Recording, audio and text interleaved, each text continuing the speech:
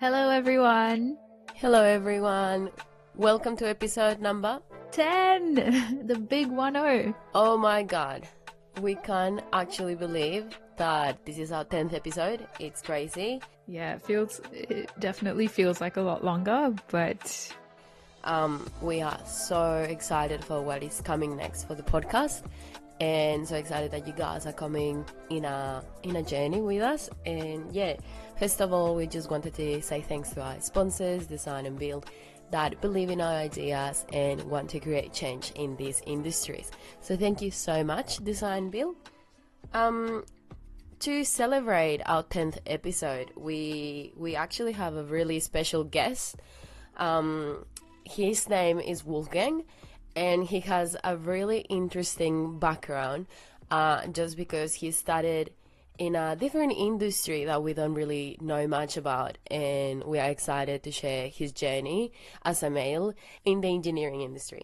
So without further ado, we're gonna just introduce him. So yes, Wolfy is a senior mechanical engineer specializing in rotating equipment, reliability, and static equipment. he entered the British Navy as an artificer apprentice, sorry, I might have butchered that, and completed his apprenticeship in Scotland before he joined the HM submarines. He served 24 years in the Royal Navy, with 20 years in nuclear submarines, moving into a role as a senior and CEO of CAT as a watchkeeper of the various nuclear plants of the submarines he served on. That is absolutely incredible. Like we haven't spoken to anyone, from the Navy. After leaving the Royal Navy, he emigrated to New Zealand to work in their only oil refinery, NZRC, now called Refining NZ, looking after the rotating equipment and becoming the senior reliability engineer for the refinery before moving to Australia. In Australia, he worked for Lighting Refinery for a period of time, and then he moved into a different role in natural gas. He's now part of ConocoPhillips, and he has been in that company for about 8 years. His role there is to manage asset integrity and static equipment for the Curtis Island LNG facility.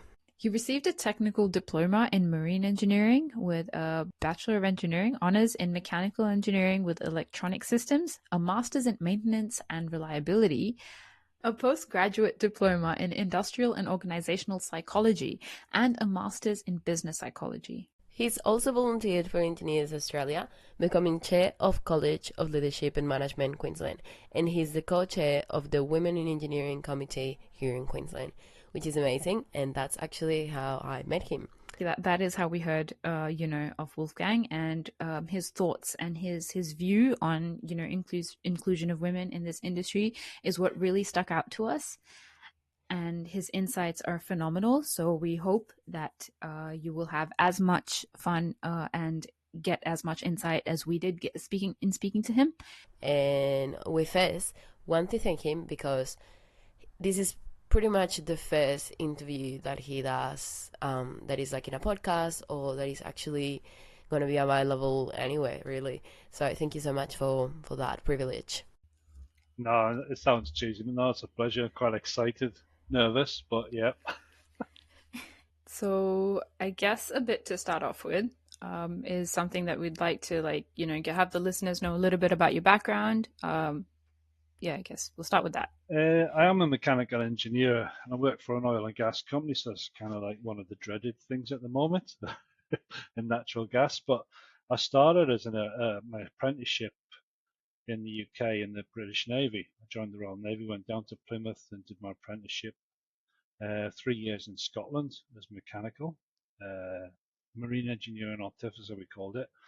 And the only way to stay up near Newcastle, where I came from, was to go further north to Scotland, to sort of just outside Glasgow, and I did 21 years in nuclear submarines, which is pretty cool. And kind of, yeah, so that was pretty good. That was kind of like a baptism of fire when you hit the ground running on your first submarine and you're kind of in the thick of it and everything else. But spend a bit of time away, and then you got to make the transition at the end of that kind of career after 22 years, we called it, because you've got to do 2 years boys' time, we called it. I went and got a degree, studied part-time. So I graduated in 2000. So I'm a fairly new engineer, only 22 years. And yeah, I emigrated when I left the Navy, joined New Zealand, worked in a refinery there. That was pretty cool. I actually having an office with windows that you could see out of and all that. That was pretty neat, not having to go away. And I think about 11 years ago, I moved to Australia, a little bit in Moranbah, and then I came down to work at the refinery in Lytton in Brisbane. And I got a job where I am now with Conoco, so I work in the oil and gas and support the plant on Curtis Island. Mechanical engineer, asset integrity, mechanical, structural, a lot of experience with rotating equipment, pumps, compressors, all that kind of fun stuff, valves and things like that. So yeah, It's so different. yeah. And what brought you to the engineering industry? I think when you're young, where I was growing up in Newcastle, we were kind of like impoverished, but we're definitely where I lived was a poor part of the country.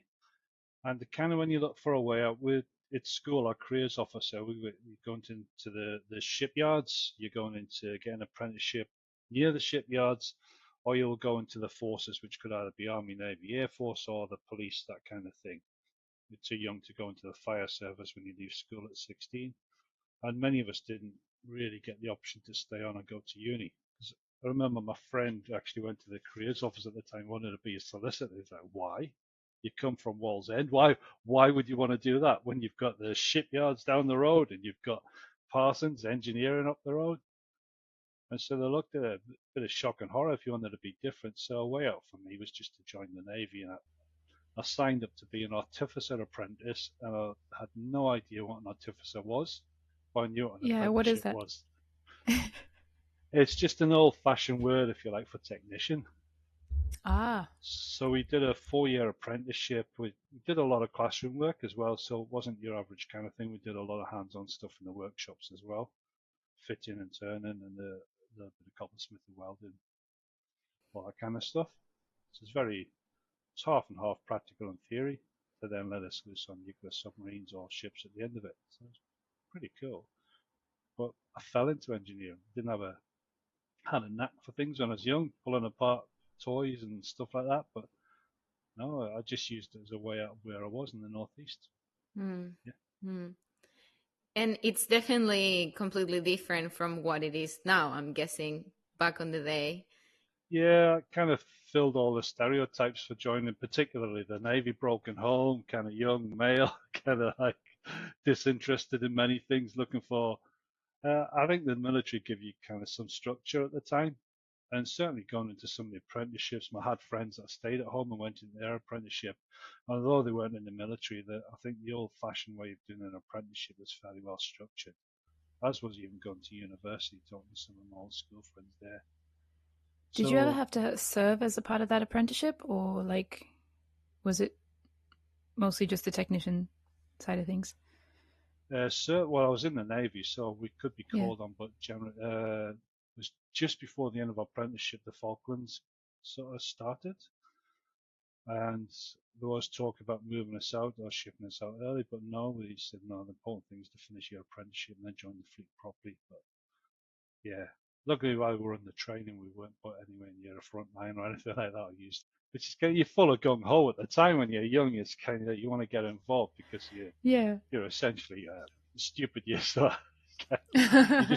you don't understand what you're letting yourself in for in some respects when you go for that. When you do see some of the horror of it, and you realize your friends are coming up on the lists in the newspapers, that's kind of like that's fairly And did you scary. have that experience? Like, did you see people you knew? Yeah, we did. People that were training us, so we had some senior guys that were in our apprenticeship trainers. I had a few Wow. friends that sort of dropped out their apprenticeship and joined that side of the fleet. Recategorized, we call it. Okay. So there's people we knew coming up on the kind of casualty list. Yeah. Okay. Yeah, that would definitely be a easy enough to make you serious pretty quickly. Yeah, it brings you down to earth quite a bit. We were in the Collingwood nightclub, HMS Collingwood. We call our training establishments HMS as well. It's an old naval thing. But we were there training, doing some electrical cross training or cross threading, we called it. And we're actually all we're all in the dance floor, all having a good time in this nightclub there and everything. It was all kind of nice. And then we got the announcement that I think it was Coventry, HMS Coventry being sunk. And there was a number of deaths, and that just kind of like stopped it, and we're all kind of like, yeah, wow. And you could hear a pin drop for a couple of minutes in that room. What year was that? That had been 81, 82, I think. Okay. Wow. Yeah, the memory's a bit funny now. So you did the apprenticeship for how long was that? 4 years. 4 years? Yeah. And then after that, where did that take you? Joined the HMS Renown, my first submarine. It's kind of like Antiquae Fame Custos was our motto, Guardians of an Ancient Renown. A kind of like very Game of Thrones language, It's kind of like, but it's the stuff that you remember, because when you join submarines, you have to do what we call Part 3 training. So you do your Part 1 and Part 2 training, which Part 1 is the tank. There's a 100-foot tank. You practice escaping from that. It's nice, it's warm, it's like being in the bath, it's lovely. It's fun. And then Part 2 is learning about the submarine, the systems, and then Part 3 is doing your job on board and actually finishing off the whole of the submarine kind of walkthrough and training. And that was really, really good. That takes about an average of a patrol, which for us was about 8 weeks, plus you do about three to 4 weeks, what we call sort of workup or index prior to going on patrol. You pretend to be on fire at war, then on fire at war. What are your favorite moments, or like any stories that you have to share whilst you were finishing that apprenticeship? I got loads of stories I can't share, I suppose, but I mean, it's odd. Actually, I'm catching up with a colleague on Saturday morning, Rich, and I haven't seen him since 1979. He went electrical, I went mechanical, so we went to different establishments. And the fact that we still want to catch up and talk after all those years is pretty phenomenal. Still friends on Facebook, caught up with a few mates that come to Australia and all that. And obviously, if I ever go back to the UK, we'll catch up and get together. So I think the camaraderie that just comes across, everything from the daft roller derby things that we used to do after watching rollerball on video and kind of and just going out on the town together, and sometimes just having a laugh, because we had tight licensing laws back in the day in the UK, so you couldn't go like all day drinking or whatever. So when you're let loose in the afternoon at Edinburgh, you just go and find somewhere nice to hang out and relax. And that was pretty cool, just to pretend you weren't in the Navy for a few hours sometimes. The training was quite tight, quite Grueling, yeah. yeah, you're always well presented, you're always well shaved, your shoes were always polished, you marched everywhere, all that kind of thing. Doing that for 4 years, kind of that side of it. Do you still have the uniform? Yeah, I think so. Yeah, I threw out my mess on dress, but I've got my normal number 1 dress. It just didn't fit me. I think it's too short on the legs. Yeah. I'm sure that's it. Oh, that is so cool. Wow. But like, how long did you then spend on the like submarines itself? I was on submarines for about 20 years. Wow. So I served on the old Polaris class. I served on 3 of those. I served on the old SSNs, Hunter Killer, Valiant. So you were on board superb. or like fixing them? Oh my gosh. On board. And how is that? How is that experience? It's kind of weird because you get excited. You've got all these images of what it's going to be like on a submarine. We've all seen movies and all that and kind of everything. And then you get on it, and then you're going out to sea, and you're quite excited, you're all G'd up, it rocks a little bit and everything else, and then you hear the captain or the executive officer, diving now. And it's all right, passing 60 feet, check all hatches, and you think, is that it? That's it, we've dived. It's kind of like, it's no real difference. It's kind of like, and it's a bit underwhelming, but exciting at the same time, because then you realize, actually, well, we are underwater. We're a couple of 100 feet underwater, and it's kind of like, it's nice. At least you don't get seasick. Submariners tend to be terrible on the surface, very ill. But it's kind of like you get a gentle rocking sometimes, and it's really bad up top. But it didn't feel claustrophobic. We used to get coffin dreams. That was the weird thing. Uh, Now we have red lighting in the bunk spaces. So at night we've got these really dull red lights. So at least you've got a background light to find your bunk, find stuff when you get up at 3 o'clock in the morning to go and watch. Where in the good old bad old days, we didn't really have much of that. It was really hard to get hold of. So when the lights went out, you can't imagine it without seeing it. Without seeing it, it's no light. It is black light. So lots of newbies, and I did on my first patrol. You get a couple of them. You wake up, you're totally disorientated. You don't know where you are. You're facing the wrong way. So instead of trying to get out your bunk by the curtain, you're scrambling at the wall, and kind of like it's what's called a coffin dream. You would just wake up on the floor like heavy breathing, which is pretty standard for a lot of people, and most of us get over it. That's a crazy thing. Oh, you had your coffin dream, then you Yeah, I can't believe they put you there in pitch black. it's you're gonna sleep. It's nighttime. But what if you need to wake up?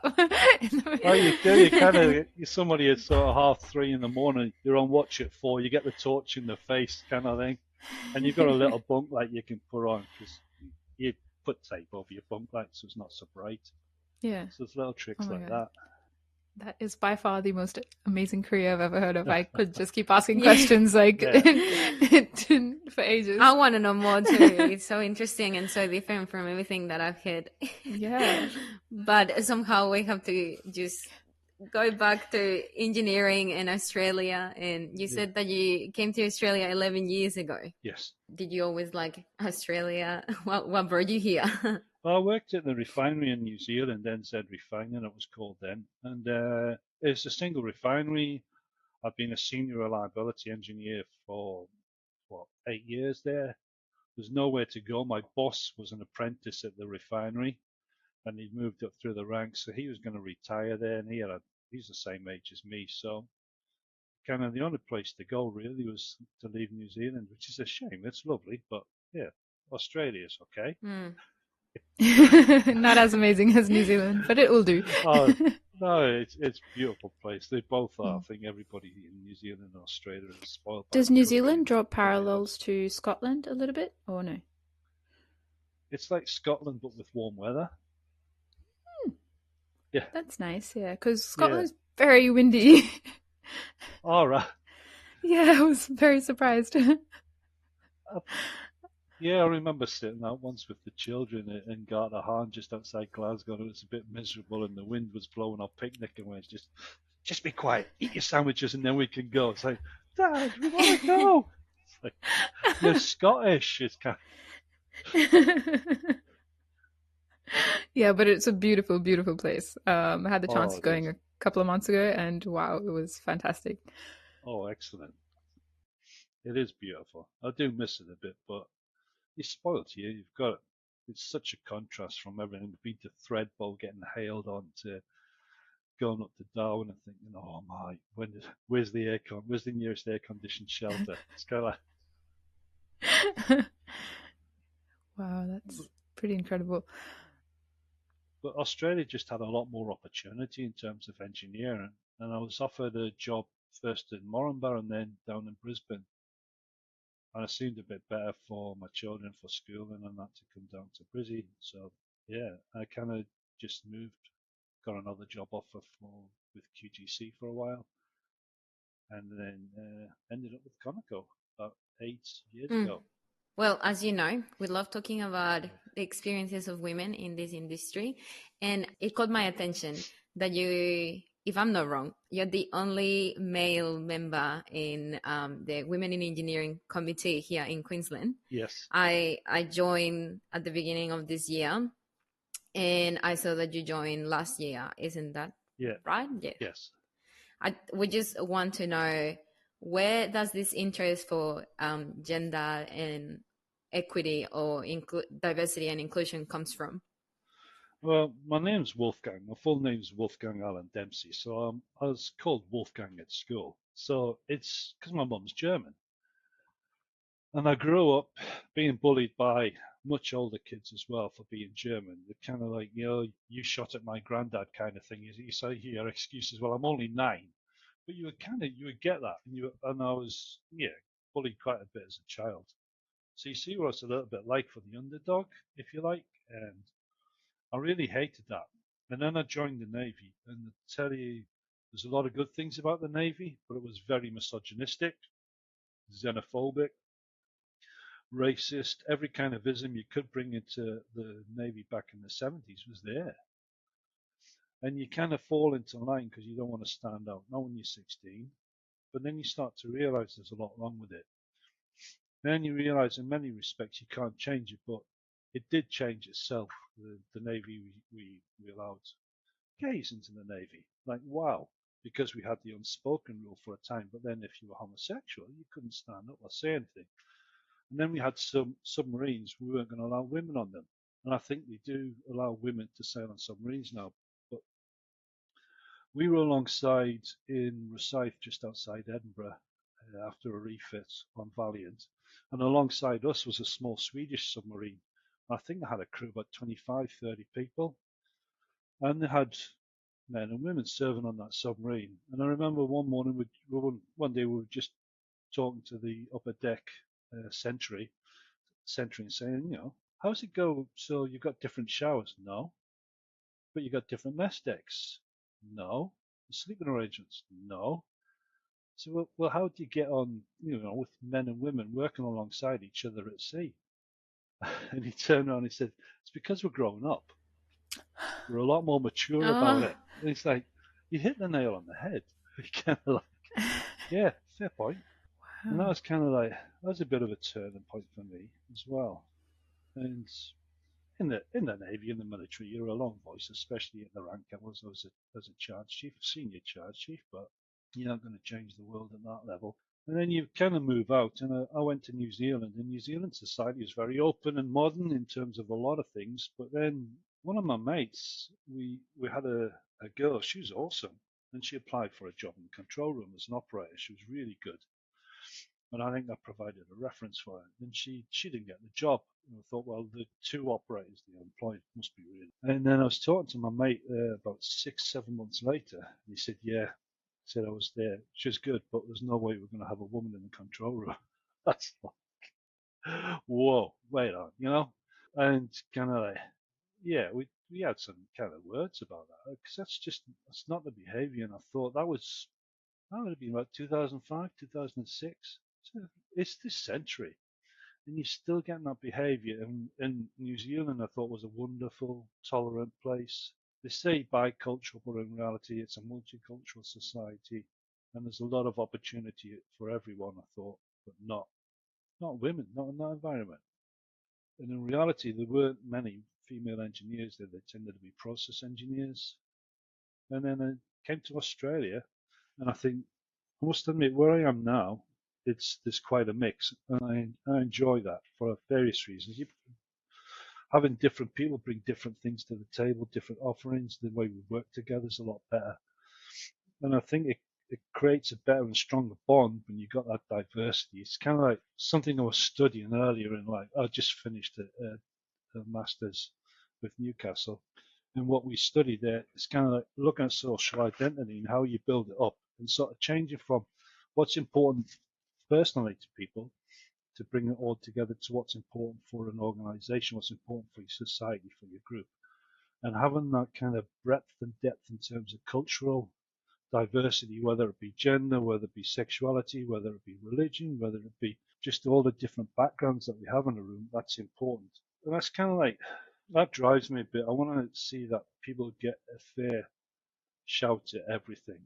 I joined the diversity, I had to apply for diversity, equality and inclusivity committee at work. Part of what we call a learning organization, trying to help change the culture a little bit.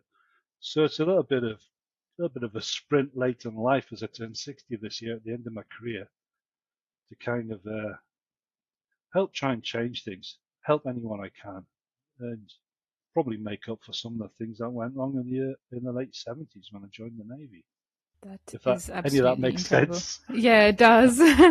And I love that you're so attuned to it. And I get that it comes from your background, but there's so many people that we speak to and like, A, they're clueless that it's still a thing, Yeah, that we haven't reached equality the way we want to, or, like, okay, clueless is probably the first thing that was shocking to me, to be honest. I'm like, yeah, oh, is that still a thing? But also, even if they're attuned, like it's not a very proactive thing. So I noticed when I was a part of what was it, Women in Engineering at uni or something, I believe it was skirts or something, and they said no, this was Engineers Australia, and there was a committee, and they said unfortunately what happens is as soon as there's a committee about women in engineering or something, everyone just automatically assumes, oh, it's just for the women to be a part of, and so you don't get unfortunately men being a part of it when they are in the position to make the most change. So it is important to have them at the table. Exactly. It is very important to bring men to the table to Yeah. discuss these topics, to sort of like gather the perspective that they have as well. Because work with a few people and I've been asking the questions, especially now more that we have the podcast, because it's so important to have that perception. And there's a lot of men, but also women that still don't really know the depth of this diversity and inclusion issue, and it's like they don't realize that we're missing out from not having everyone involved, from having those conversations. and the conversations are difficult to have, many of them, and it takes a little Yeah, bit of courage for a lot of people, a lot of managers, to actually do that. And I think it's really hard because it's definitely a societal issue, but we can all contribute to change it, and organizations can also have a bit of a drive on it, but I yeah, think it's really complicated to make them understand that. yeah, it's yeah, kind of. When I hear some things, it's kind of hard because you don't want to meet them head on. Engineer, right? Mechanical. You look, we used to do pneumatics. So if you've got 15 psi control air, you can change it by just a little blast. You can change its direction with a 3 psi. So something that's so small, a fifth of the size, can actually change something. So if you kind of like maneuver to the side, if you like, and ask the right questions when you hear some of the behaviors that are inappropriate or wrong, rather than calling them out, hey, that's wrong. Try and understand a little bit where they come from, perhaps. You can empathise with them. You don't have to agree with them or anything else. Just create a little bit of understanding, and that goes a long way. And then you can talk to them at kind of, don't mean patronising, at their level or on their level. Yeah. I suppose, like as an example, with that control room situation that you talked about earlier, the interviews, like you having a conversation with that person, do you think, have you noticed, has it made a difference, or do you think it would have made a difference in the decision next time? I think it would make a decision in the difference next time because I certainly would be an advocate for her, stronger one. I thought I was. I provided a great reference, and I thought she stand a fair chance at the interview. I thought we were quite an open uh, organisation, and we were in many respects. It's just like you got little corners tucked away, and in many respects, it was Refinery's loss. She would have been great, and I didn't do that one side on. That was more of a head on. Oh, you're an idiot. Oh my god, it's kind of So it like wasn't the 3 yeah, psi, it was 16 no, it's matching 16. yeah. And that instance though, I guess, have you had any opportunities to just speak up for someone, for either a female or a male colleague? Have you had any opportunity to call someone out and be like, that's not right, is that's not right the thing to do? Or do you have any advice for anyone that would be put in that position and would like to do so but doesn't really know how to do it? Uh, yeah, it's hard. Some of it was at a previous workplace in Australia, and the conversation was kind of like it was quite crude. Don't get me wrong, I've had 24 years in the Navy. I know what crude is. I can operate at that level if I ever have to. But it's kind of like, and it was quite crude. It was quite harsh, barbaric conversation. It was racist and sexist, and it's just like I just poked my head over the kind of the office partitions. Like, really, really, come on, guys, what was that about? And it was in that tone, it was in that manner. And oh, we knew you would say something. It's like, well, if you knew I would say something, why wouldn't you think anybody else would? Why would you think it's okay I'm not out the ordinary. I'm the normal person that's in, and you're lucky that there's nobody else here. And it's just calling out the behaviours, and it kind of makes them think twice about saying it, one, in public, and that actually helps them think about whether they should be saying it at all. And it's a slow, hard slog because there were guys my age and just about 10 years younger, so you're not going to change them overnight. You're not going to change them in one conversation. You're going to have to work and change them bit by bit. And either you create an organization where they can get on board, or you also provide the opportunity for them to leave. Good point. Yeah, sometimes it Yeah. does amount to that. One thing I was really curious about, so since like, you worked in the Navy, and you said that was, there weren't even women serving there. But now you've obviously worked in, teams where it's well, not majority, but like a fair bit of inclusion of women. So you've worked in both sides of the spectrum, I guess. What I was really curious to know is there any difference in those team dynamics or outputs that you would attribute purely to the gender difference? No, I think in the old male environment, it was a different context in terms of space and time. It was back in the 70s and 80s. We had a real Cold War going on. We had the Falklands and a few other things that kind of drove a lot of behaviours and all that. And in some respects, what you do is you park everything behind you. In terms of that kind of bullyisms, you kind of like just get on with being what you have to be. You're a part of the machine. It sounds cheesy on the submarine, and you do your job.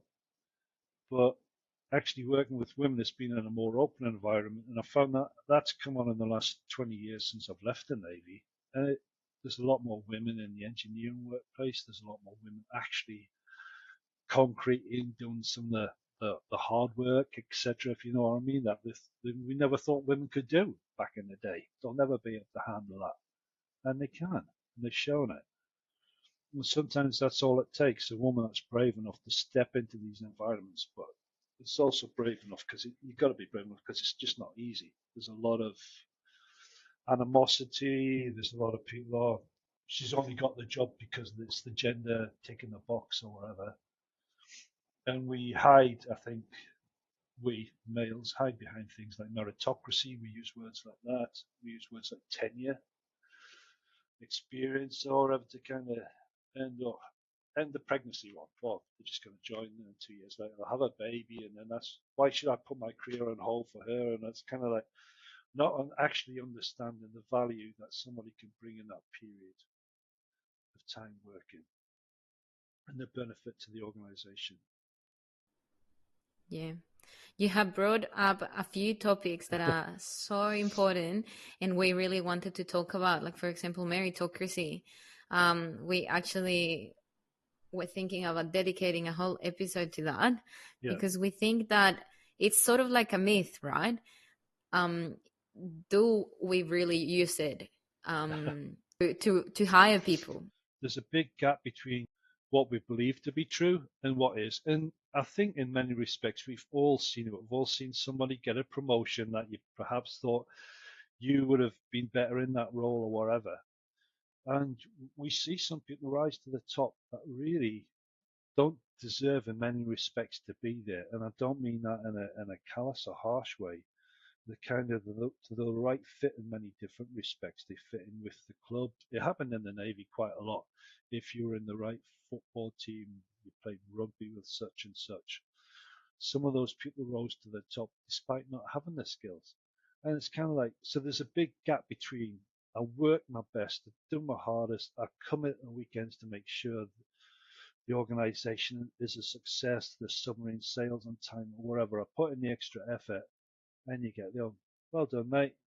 And you see your mates go off and rise to the top because instead of coming in at the weekend, they went and played rugby and they won and all that. And it's kind of, there's different versions of that present in all parts of our workplaces, and it's kind of hard to watch and see. And I think that plays in both genders, right? Because we're talking about affinity at the moment. Like when you have affinity with a colleague and you're more likely to probably work with them because you have that affinity. But I feel like it's really hard when it comes to having completely different interests because of the fact that you both are like different in gender. So how how can we make sure that when working we sort of like remove those biases from our head? That's like our question at the moment, and it's a really hard one. We Yeah. don't have to answer it. Well, being aware of your biases, and there's a lot of psychological fluff going around about unconscious bias, and your unconscious bias is not a problem. It's the conscious bias, the actual decisions that you do make, and you do call out, and you do decide you're not going to mix with that person because of whatever. Now, that's not unconscious bias. That's a conscious decision you've made and you're aware of it. And certainly, even if you think it's unconscious, you'll get feelings. I don't particularly like that person. I don't like that girl. I don't like that man, whatever they dress differently. And we all make this. So it's kind of like start to educate us. So ask yourself, why do I feel that way? Why is it that that happens? And realizing that at some level, the problem's here. It's not out there. And that's a big part of where I went to in some of the studies with social identity is understanding what's better for society and for the organization actually does benefit you as a person as well. And finding not differences, gender, religion, music, sports, but finding common ground as well, understanding the commonality that exists. So if two people are there, a male and a female engineer, they're both engineers. They're both working in the same organization. They're both probably living in an area close to each other in terms of a city if they're working in one organization. There's probably bars, cafes, shops, or whatever that they mix together in. There's other things. And there's a whole host of commonalities. Do you vote for the same party? Do you vote for the same MP candidate? Do you kind of read similar books? It's kind of like don't hide behind differences, but try and seek out commonality. Broaden your discussion. One of the one of the one of the leaders I do look up to, even though he supported Leeds United Football Club, was at the refinery. He was he was the president of the ICME for a while, Ken Rivers, and he said about safety talks about don't go out there with a clipboard, don't go out there and ask people, show me your permit, show me your risk assessment, tell me what you're doing. Go out and ask them about the day, and that'll broaden the safety discussion. You'll get more back if you talk about how the All Blacks went on at the rugby at the weekend. Obviously, you can't do that in Australia with the Wallabies, but it's more of a touchy subject. But you go out and you ask them that question, where did you go fishing at the weekend? Where's a good spot to go? And that starts to break down the barriers. And you're not talking about work. You're not there because you have to be. You're not there because you're doing the DE and I ticking the box. You're out there because you care. You want to make a difference. And people see that. It's actually a cool place to work in the end, the refinery. What was that mostly like? Like mostly like on site sort of thing? Yeah, it was all on site. Yeah. Oh, okay. Was there a lot of, I guess, just coming back to the women thing, like were there a lot of women around you in that space in that time? Uh, By a not lot, I mean many. 10%, yeah. Yeah, there'd been about 10%. A lot were admin and the kind of domestic stuff, the typical things, HR. Uh, we had Lindsay, she was great. She was a CUI inspector, corrosion under insulation. And she rose to being a kind of inspector to leading that team. We had Vinny, who was an admin assistant for the inspection team. And when we went to a new RBI risk-based inspection software package, can I help on that? And she did. She did a lot more than admin. And then we just realized what skills she did have. Because she had a degree back in India and all that, but she just came and supported her husband and moved to New Zealand. And then we found out what skills she did have. So helped her through that. That was great. That was my mate Mike helped to do that. So I think you start to recognize that there's talent in all the hidden pockets, if you like. And do you think that that gap in not having many women was based on like interests, not women not being interested in STEM careers? Yeah, I think in terms of the engineering, like mechanical and reliability, we had no female engineers and we only had one female vacation student come through in the 8 years that I was there. She worked for my team. We had a senior process safety engineer coming from Transfield Worley, and she was great, but she actually got a bit of a hard time, which we had to step down on because she was a woman. And that's, I was like, that was another come on guys moment. But the process engineers, they were half and half, male, female. It varied. So some came, some went over the years. But they're all smart people up there, process engineers, despite the love of highlighters and kind of colouring in things. But it's kind of like, but yeah, when you start to go out on the shop floor, the kind of apprentices and all that, just mentally racking my brain. No, we had very few women doing that kind of stuff. No female operators. Yeah. So the reason we ask is like a lot of times when we hear about this conversation, a lot of people just say, oh, but innately men and women are interested in different kinds of work. And that's why, oh, women are more interested in things like nursing or, I don't know, HR, people oriented things. And they're just not into things as technical. But we always wonder, is that something that you would agree on, or is it just mostly just like, I get the retention issue is like how you said the lady had to step down because she had a tough time, but is it mostly that there's just just not an interest or is it that there's not any representation so they don't see themselves going into that field, like you see yourself capable of doing what you've seen other people do? But 18% of women engineering, that's kind of like that's a pretty poor figure. So in terms of role models, you're kind of scrambling to find them. Yeah. And I think 2 granddaughters, and the mother's brilliant. Don't get me wrong. However, it's Frozen, My Little Pony, My Princess, dancing classes, and all that. So when they do come over, I'm not very good, but get them on the piano and start to talk a few different things. I've got a few kind of different books to kind of get them, and toys to get them a bit more mechanically minded, I would say. Practical little engineering toys. And it starts off early. My boys, we had a little mini kitchen for them, had a little mini Hoover and all that. So we taught them that this isn't a girl's toy, which is how it was sold. This is a toy. Have fun in it. Let's make stuff. And then So essentially what happens is with that programming, if correct me if I'm wrong in understanding, is that because like that's sort of what they see, the Frozen and the house toys, by the time they get to 18 and 20, there is almost a lack of interest in that space. Yeah. Yeah. Okay, so that wouldn't be too wrong. Boys and girls' clothes. You got the t-shirts. They're all pink with fluffy stuff on them and unicorns. And the boys have got trucks and firemen. Why? So it's important to highlight that part of this, I guess, quotation mark solution would be just to discuss the gender roles, right? In from like a child, from like a childhood perspective, even in basic things like playing with toys that pretty much set up our brain to just think that our strengths are to be more nurturing by playing with babies or things like that. It becomes ingrained. There was a really interesting documentary or trial set up BBC, one of the British channels. It was not too long ago here. It was a primary school, and the teachers were great, but the male teacher was there. Yes, love, what do you want, love? Come on, dear. All that to the girls, and all right, mate, how you doing? To the boys. And it was simple things. I was a great teacher, but they said, right, what we want to do is neutralize gender.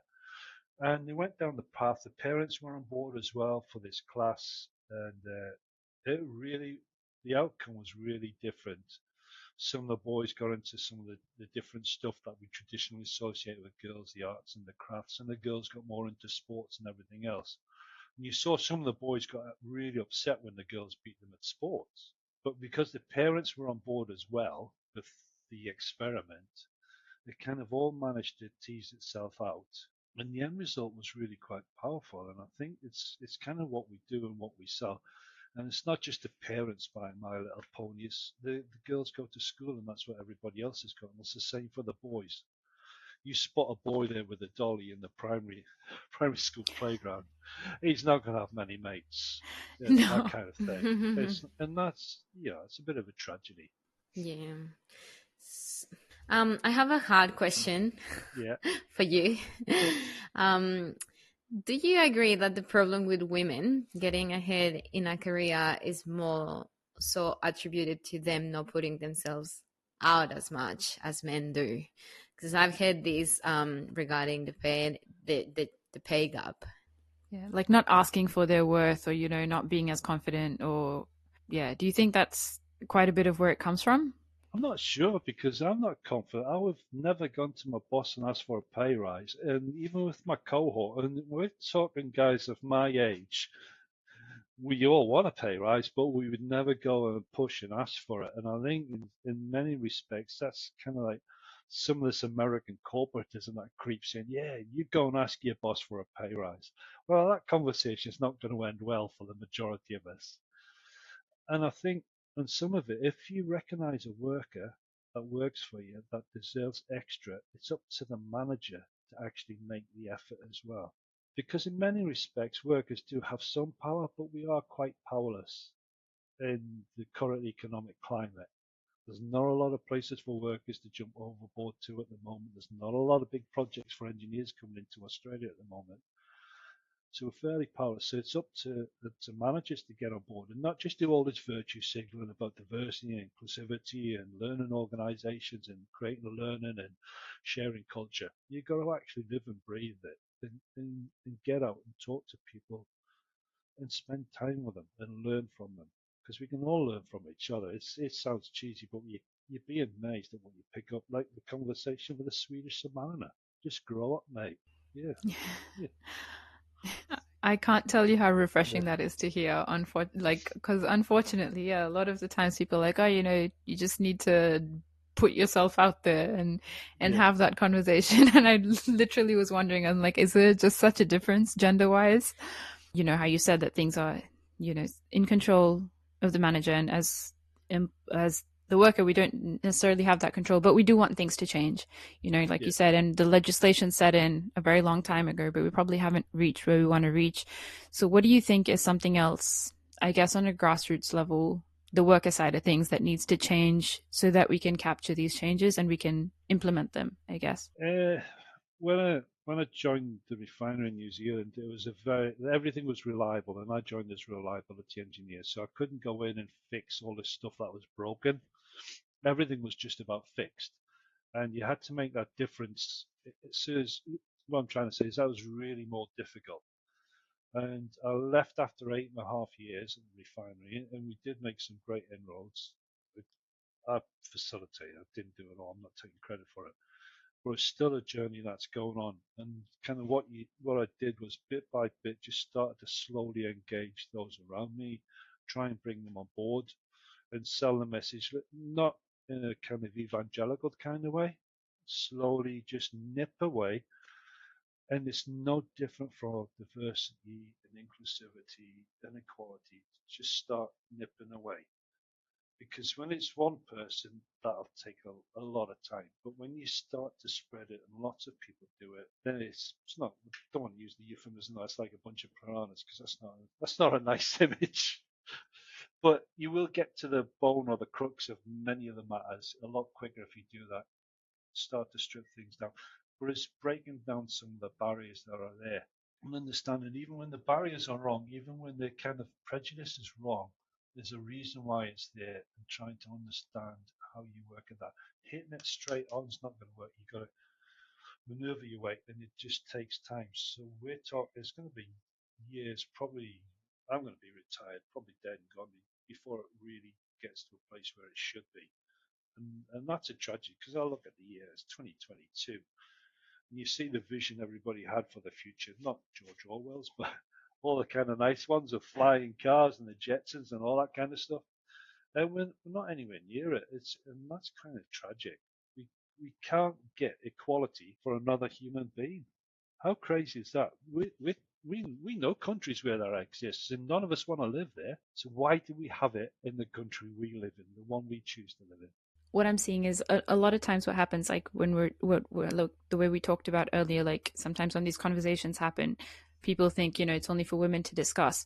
One thing we're really curious and we're always conscious of is trying not to antagonize men in that way or single them out kind of deal. So what sort of advice would you give us, I guess, if we're trying to make this appealing to, the male engineer who's listening and could make a difference? How would you think it's good to shape it for them? I think the important thing is to kind of get rid of the them and us kind of mentality. And a lot of male colleagues see that you have to give up something to achieve equality. And you don't have to give up anything. You're not giving up anything. You're actually gaining by helping somebody else. By helping them achieve equality, you're creating a better workplace. You're creating a better environment for you. You're getting the right colleagues working with you, not just somebody that's kind of long on the tooth and white middle-aged male like me. You're getting the right person alongside you who might be white, middle-aged male long on the tooth, but might be female as well, from a different cultural background, then they might be the best person.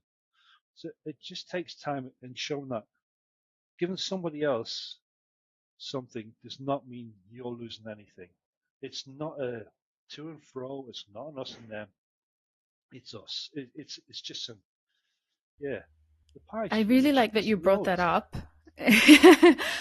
Yeah. No, because a lot of times what we hear is, especially in the younger males that are applying for jobs now, and they hear, that there's quotas to hire a certain percentage of women. So that kind of conversation happens a lot more where they're like, oh, we're giving up positions of very competent males just to hire maybe a not as competent female or just females in general. Do you think we run that risk at the moment?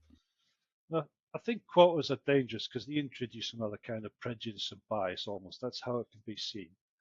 And I think it's a hard battleground to stand on if you like. But without quotas, nothing's going to happen. We're going to have the talk fest. We'll have the talk fest, and so it's a difficult one because I haven't agreed with quotas for many times. Well, I wouldn't say I haven't agreed with them. It's kind of a struggle with them. Should we have them? And yet, oh, she got the job because she's female. Well, it doesn't quite work like that with the quotas. She's still got to be competent. She's still got to be suitably qualified. She's still got to present well at the interview, mate. That's all still got to happen. And it doesn't mean she's better or worse than you. And what? It doesn't mean you're better or worse than her.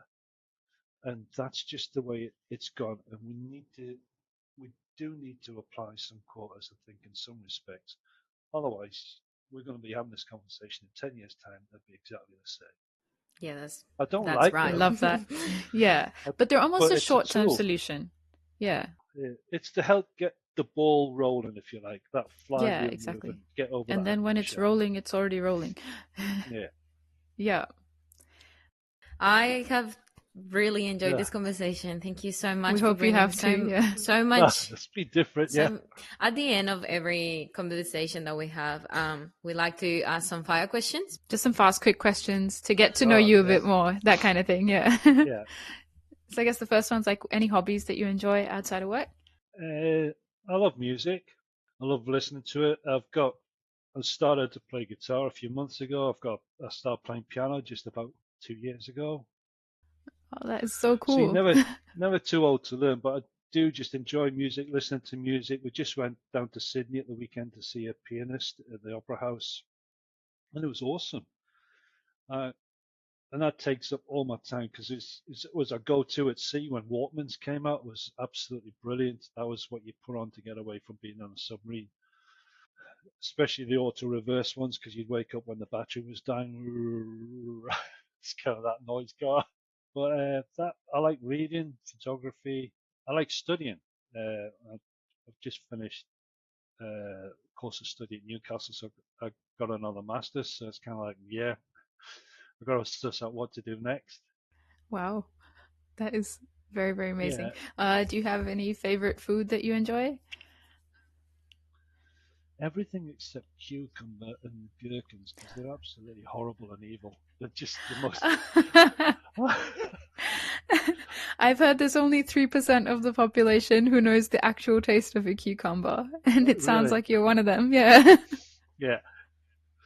Oh, can't do Can you that. smell it from really far? Yeah, and it's kind of like sometimes you get a big sandwich. It's got salad, it's got lots of meat and everything. And avocados, oh, cucumber. Yeah, it's got. Just have to pull it out. Is it that bad? Yeah. Oh gosh. It's hilarious. So, what's your favorite place you lived in for work? Because you've lived in a few different places while working, so do you have any favorite? No, really kind of wherever I lay my hat is my home, and it's kind of the people around you make wherever it is you are. So it's kind of like we're going to retire to Tassie, which will be a shock for my wife, who's a Queenslander through and through. So she's going to be cold, but it's kind of like, she wants to, says, yeah, I'll go for it. And the dogs will be terrified, they're like shivering. But I think it's the people around you that make the place and what you've got at your sort of fingertips. I walk down, I've got a bush walk, literally 2 minutes down the road. We've got bush just over there as well. It's kind of like, it's nice, it's pleasant. New Zealand was beautiful. Scotland was 5 minutes on my push bike. I was going up through Loch Lomond, and Scotland's just kind of like, it was great. Yeah, and Tassie's gonna be awesome. Holy moly. Oh, it will be. It'd be nice to be cold. Something about Gen Zs that you just don't get, you don't understand. No, I do. My wife thinks I'm very immature for my age. She reckons my next birthday is not 60, it's going to be something like 13 or 15. But it's kind of like,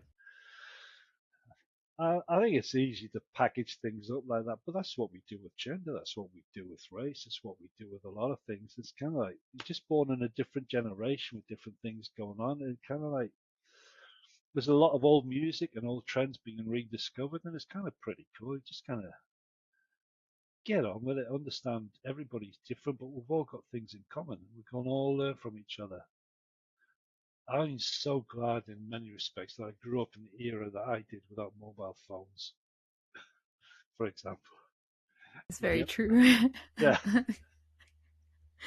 They're a blessing and a curse at the same time. Yes. Yeah. Oh wow. So like you talk about your wife a little bit. Is there anything you would say like an ingredient for a successful marriage to keep it fun Uh, or whatever? Probably not the best person to ask because this is my third marriage. So it's kind of like, That's well, I've third made time the point. lucky. She Yeah. is my favourite wife. I have told her that. So it's kind of like I'm quite laid back, and I think it's a little bit of give and take in any relationship. And I don't mean you're making sacrifices. You're not kind of burning your soul or moral values. It's a bit of understanding of each other, having some things in common, but enough differences to make life interesting as well. She hates I my like music, that. by the way. What music do you listen to? I'm so curious. I've got a really broad base, but some of it's a bit out there. So it's from the Cramps to Nick Cave to Nils Fram, who we saw at the weekend, the German pianist, Max Richter, to hoping to get tickets to see Billy Joel. So it's a kind of whole Floyd,